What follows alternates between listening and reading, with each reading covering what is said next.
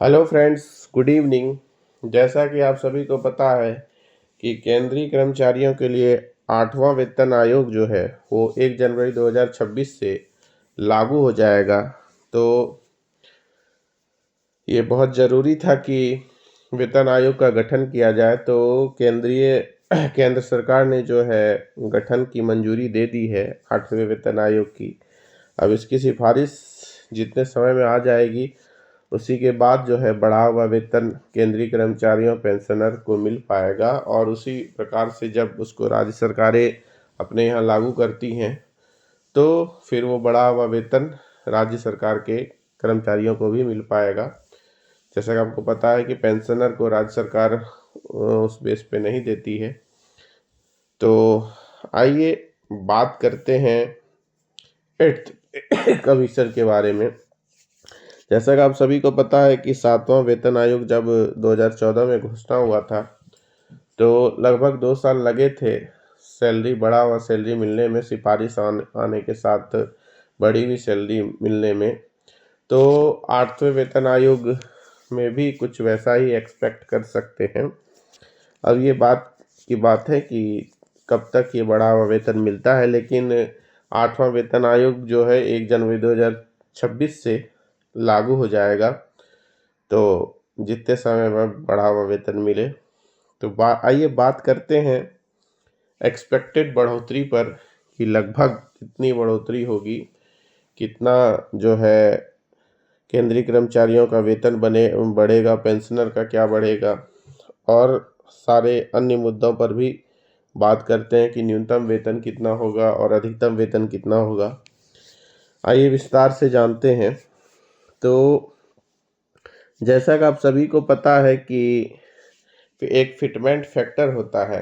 तो 7वें वेतन आयोग को ही बेस मानकर, मतलब जो छठा 7वां लागू हुआ था उसी के आधार पर 8वें वेतन आयोग में भी एक एक्सपेक्टेड फिटमेंट अगर 2.57 से 2.90 के बीच लेते हैं तो इससे जैसे कि उच्चतम जो सैलरी पाते हैं, जैसे सेक्रेटरी लेवल के अधिकारी हो गए, तो जैसे कि आप सभी को पता है उनका भी मूल वेतन 2.5 लाख है और उनके जो वेतन में महंगाई भत्ता नहीं जुड़ता है। तो अगर 2.57 फिटमेंट फैक्टर को आधार माना जाए 8वें वेतन आयोग का, तो इनका वेतन जो है सीधा बढ़ के 6,40,000 हो जाएगा। ग्रेजुएटी अगर बढ़ाती है सरकार, अगर बढ़ाती है तो बढ़ेगी, नहीं तो 30 लाख पर यथावत रहेगी। अब ये वेतन आयोग तय करेंगे और चीज़ें बाद में आएंगी कि एग्जैक्ट क्या फिगर आता है। अन्य फायदे की बात करें तो जैसा कि आप सभी को पता है कि केंद्रीय कर्मचारियों को 34 माह के मूल वेतन के बराबर होम लोन मिलता था। मिलता है 8.5% ब्याज दर के आधार पर लगभग। तो छठे वेतन के बाद उनको 7.5 लाख मिल रहा था। 7वें वेतन में सीधा इनका 3.2 गुना बढ़ के लगभग 25 लाख हो गया, और 8वें वेतन में अगर 2.57 को फैक्टर मानते हैं तो ये लगभग 80 लाख पहुंच जाएगा। अब अगर इसी स्टेज में पेंशनर की बात करें, पेंशनर को क्या फ़ायदा होगा, तो छठे वेतन आयोग से 14% पेंशन में वृद्धि हुई थी, 7वें में 23.66, और उसी तरह 34% एक्सपेक्टेड हो सकता है बढ़ जाए पेंशन। तो अगर एक रिटायर्ड अधिकारी मान लीजिए बेसिक सैलरी 80,000 पर रिटायर करता है तो उनका पेंशन जो है वो बेसिक जो आखिरी रिटायर्ड के समय बेसिक होता है उसी के अनुसार डिसाइड होता है, तो 40,000 पेंशन मिल रहा है। तो अगर 34% बढ़ोतरी होती है तो लगभग 27,200 उनका पेंशन बढ़ जाएगा। उसी तरह से एक चीफ कमिश्नर अधिकारी हैं, अगर उनका 2.5 लाख वेतन है तो पेंशन जो है लास्ट ईयर का, तो पेंशन 1.25 लाख होगा। और अगर 34% पेंशन में सैलरी में वृद्धि होती है बेसिक में, तो लगभग पेंशन 85,000 के आसपास बढ़ जाएगा। उसी तरह से बात करें कि न्यूनतम वेतन पर क्या होगा, तो न्यूनतम वेतन अगर 18,000 है तो महंगाई भत्ता 53% है, और 31 दिसंबर 2025 होने से पहले अभी 2 बार महंगाई भत्ता बढ़ जाएगा तो लगभग 59% हो जाएगा। तो 8वें वेतन लगने से पहले कुल वेतन जो है 28,620 हो जाएगा। अगर फैक्टर को 2.57 से 2.90 के बीच लेते हैं, अगर मान लीजिए 2.57 से ही गणना करें तो न्यूनतम वेतन हो जाएगा 46,260, मतलब 17,640 रुपये बढ़ेगा, मतलब 38.13% की वृद्धि हो जाएगी अगर 2.57 को ही फैक्टर मानते हैं। ग्रेजुएटी उसी तरह से 4.89 से 12.56 लाख हो जाएगी, क्योंकि 2.57 से अगर मल्टीप्लाई करें ग्रेजुएटी को तो ये सारी चीज़ें हैं। तो क्या क्या होता है इसको हम लोग देखेंगे। अब आइए न्यूज़ पर भी थोड़ा सा फोकस करते हैं। जैसा कि आप सभी को पता है कि केंद्रीय कर्मचारियों में 45 लाख केंद्रीय कर्मचारी और 65 लाख पेंशनर हैं, और लगभग 1,40,00,000 जो स्टेट गवर्नमेंट के कर्मचारी हैं।